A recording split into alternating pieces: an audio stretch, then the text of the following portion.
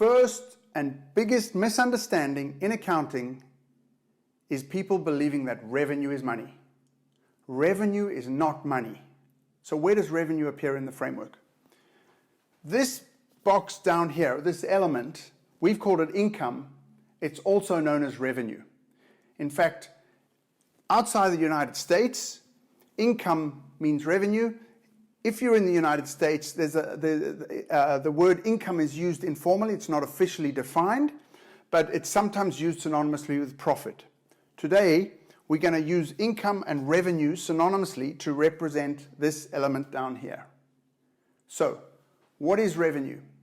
Most people on the street out there, lay people on the street, will think that revenue is money you get. It's not. Where does money show up in our diagram? Money's an asset. That's pretty straightforward. Money or cash appears up here. Revenue is down here. Here's revenue. Revenue is a value generating activity. So actually, strictly speaking, revenue is more like a verb because it's what you do. Revenue is what you do to get the money that you get.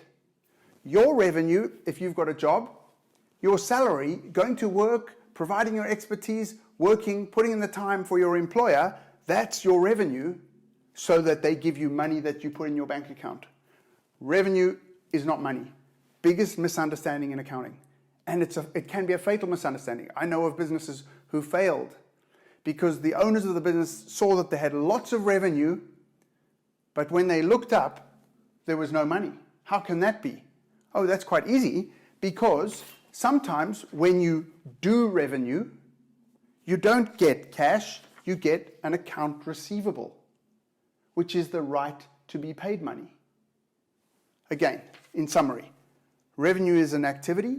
It's a verb concept. I know it's not actually a verb, but it's like a verb because it's a doing word. It's what you do so that you get more assets. It's also what you do so that you can eliminate liabilities. You can work off a liability.